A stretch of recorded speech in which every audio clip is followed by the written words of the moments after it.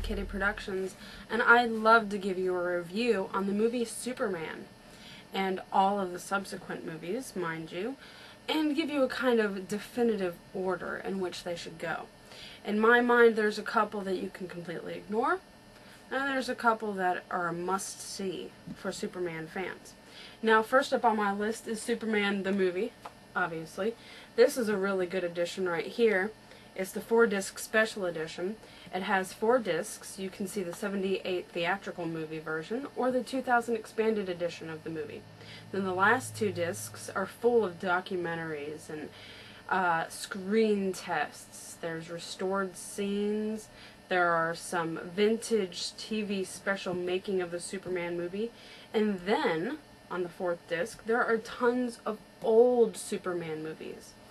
Things like Superman and the Mole Men, Superman cartoons from the 1940s, tons of them. There's the first one, Superman, the Mechanical Monsters, $1 Billion Limited, the Arctic Giant, things like that. It's totally awesome, it's fun, and it's a lot better than this Superman collection version that I got.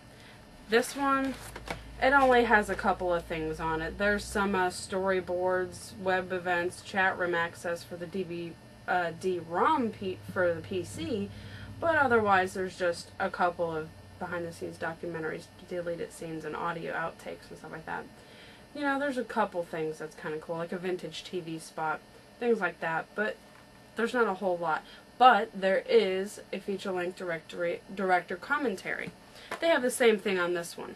Just as good, only better than this one. This one, coming from the 4-disc set. Now, second movie you should see. And this is going to be a shocker because it's not the regular part 2, which would be this one. Don't watch that. Watch this. This is Superman 2, the Richard Donner cut. Now, this is the version you've never seen. This is exactly how it should have been seen.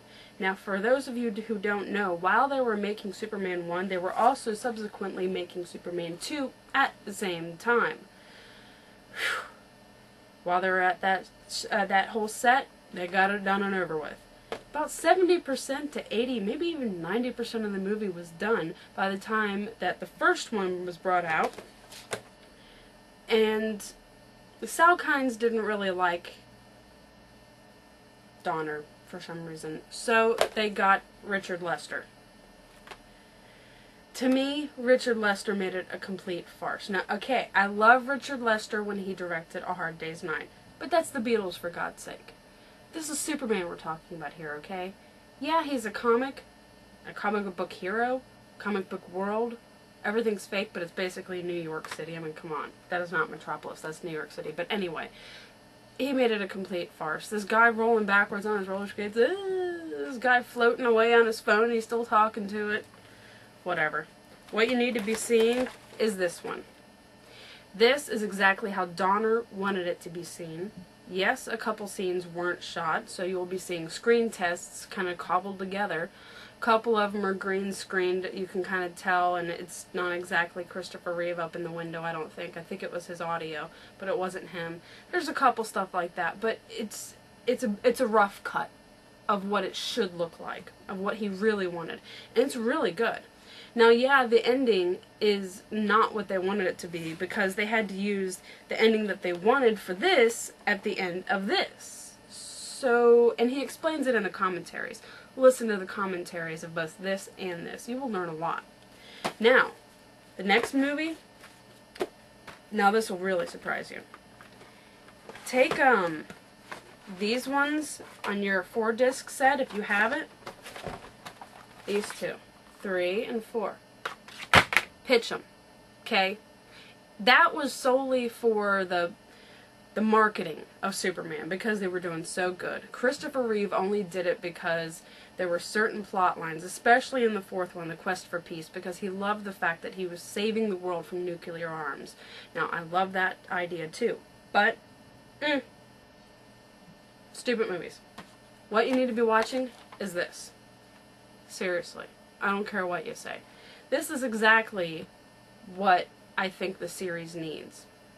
Now, granted, I don't exactly like what's her name, Kate Bosworth.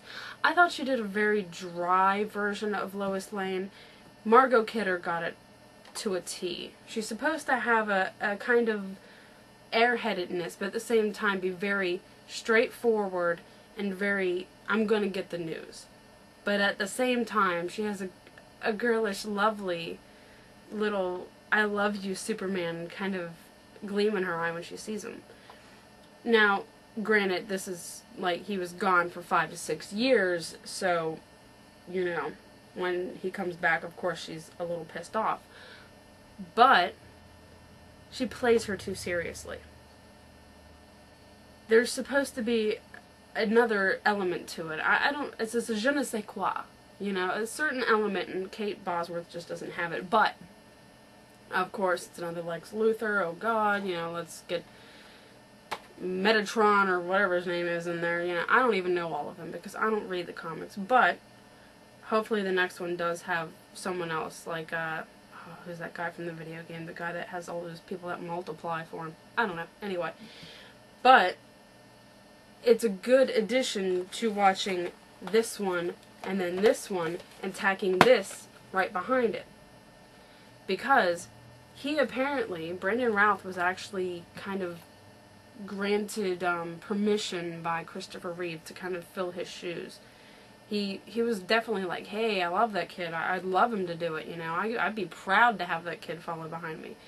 And actually, when you watch it, if you're a true fan of Christopher Reeve, it's creepy. Sometimes he looks like him. Sometimes he sounds like him. He does his movements just like him. It's creepy. And I think he did a very good job. And as a Christopher Reeve fan and a Superman fan, ever since I was 4, for God's sake, and I'm 26 now, I've loved that man ever since I was 4 years old. Do you realize that? I had a crush on him at 4 years old. I wanted to be Superman. I had Superman pajamas and I was flying around. I would drape across my dad's arms and I would fly around. He goes, fly me like Superman. Yeah. I think this definitely made me proud. And I think it did a very good job. I don't care what anyone says. So, like I said, you get the 4-disc set, throw away 3 and 4, and you watch it in this order. 1, the Donner Cut for 2, and Superman Returns for 3. I have to be honest, I cannot wait for the next Superman to come out. That is my review. Now, I know it's not a review, but it's my opinion on how the movies should be watched in order, and which one should be thrown to the cutting room floor, if you ask me. But it's Christopher Reeve. I loved seeing him in, especially the 4th one. The 3rd one's alright, you know. I mean, you get to see him split in half, and there's a bad one and a good one, and it's kind of a battle, and it's fun and interesting and different, but, really, it doesn't really cohesively go with the line of the plot, and there's no new villains except for some guy that's basically a Lex Luthor wannabe, so, yeah. Definitely throw those 2 away and watch Superman Returns. Alright, thanks for watching.